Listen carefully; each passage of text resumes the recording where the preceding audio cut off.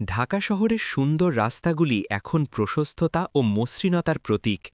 আধুনিকায়নের ফলে এই রাস্তাগুলিতে একাধিক লেন রয়েছে, যা গতিশীলতা বাড়ায়।